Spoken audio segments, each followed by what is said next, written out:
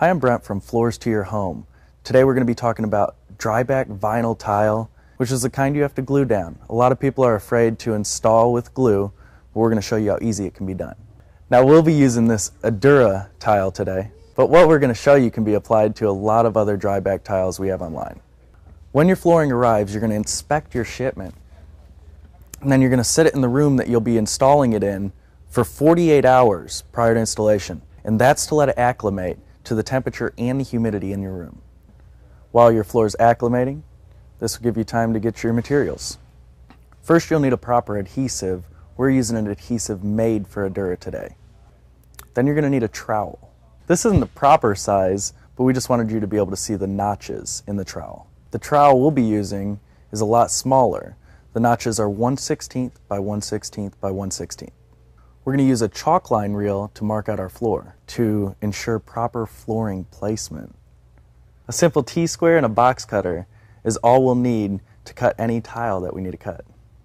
At the end of your install, you're going to use a roller to seal any seams and to make sure that your adhesive bonds to your backing.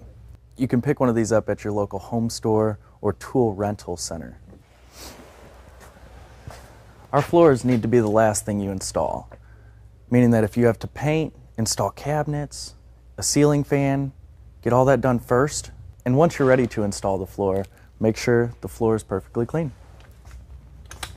We want to start laying our tile from the center of the room so that we wind up with even cut tiles around the perimeter of the room. We measured our walls to find the exact center, and now we're spanning across the exact middle one way. Flicking this cord leaves a line on the floor. Doing this will leave us with quadrants, which is convenient because we want to lay the tile down in sections rather than doing the whole floor at once.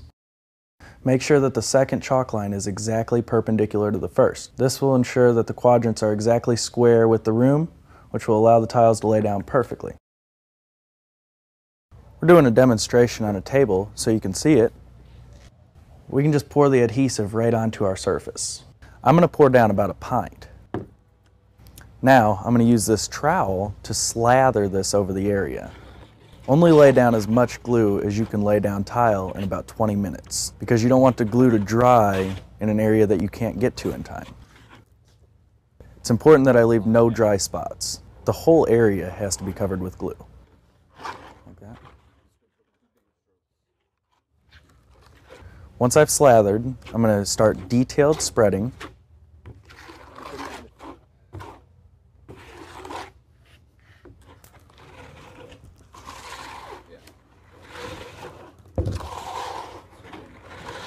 Now you notice that the layer is not very thick. I haven't made the entire board look milky white. That's why we're using the 1/16 inch trowel. We had an installer show me how to do the left side. Now I just did the right side for my first time. Doing this much area only took me a few minutes. Once you've covered the area, you'll need to wait until the adhesive is ready before laying down the tile. Two ways you're going to know your glue's ready. One, it's going to start to turn clear. Two, it's going to get tacky. Tacky is when you touch the glue and it's sticky, but no residue comes off on your finger.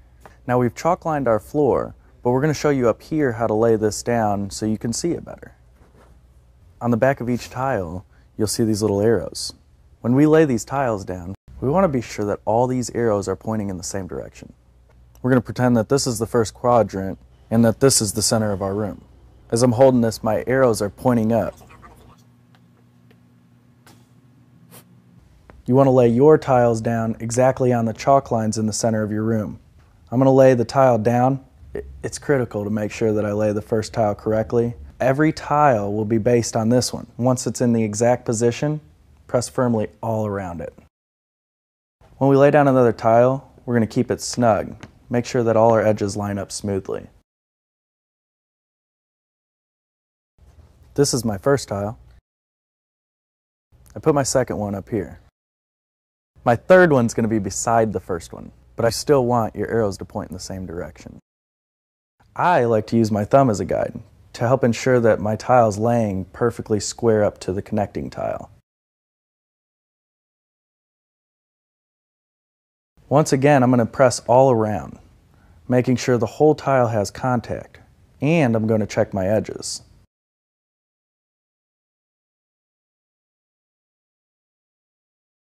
I'm going to hold my first tile down firmly while I put this one in place. We'll do this each time we lay a new tile. Let's talk about the pattern we'll use to lay down the tile. You remember we chalked the room? This was to find the center.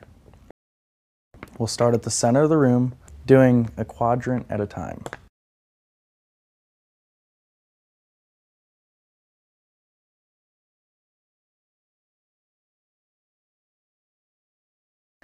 We use quadrants to lay tile so that we'll have a more manageable work area and to help keep everything square. Okay, now I'm ready for my next tile, so I'm going to check my arrow directions. I'm going to firmly hold this tile down, put my thumb in place,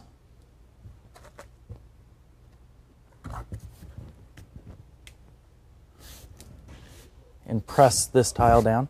Because I've laid down these first 3 tiles perfectly, as long as I square up my remaining tiles, the whole quadrant will be perfect.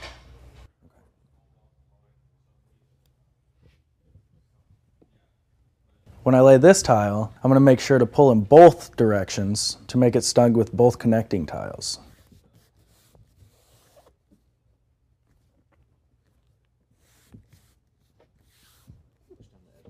Eventually, we won't have room for full pieces anymore, so we're going to cut tile. I need to cut a piece to go from the last full piece to the edge of the wall. Measure from the wall to the very edge of the tile with no gap. Once again, I need to check my arrow directions. I'm going to use this T-square to make a 6-inch cut and get a perfect right angle. Be sure to hold the T-square down so it doesn't move while you're cutting. Slice across it with a box cutter, and with a little force it just snaps apart.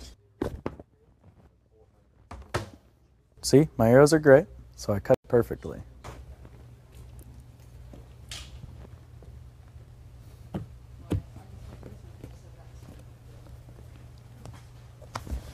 You want your rough cut against the wall. If you don't do that, and I deliberately didn't this time, you'll get a gap.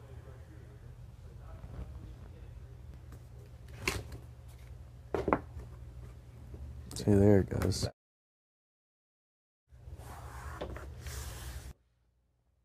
Once all the tile has been installed, we're going to use a roller to make sure that our seams match, and to make sure that the adhesive gets a proper bond across the entire floor.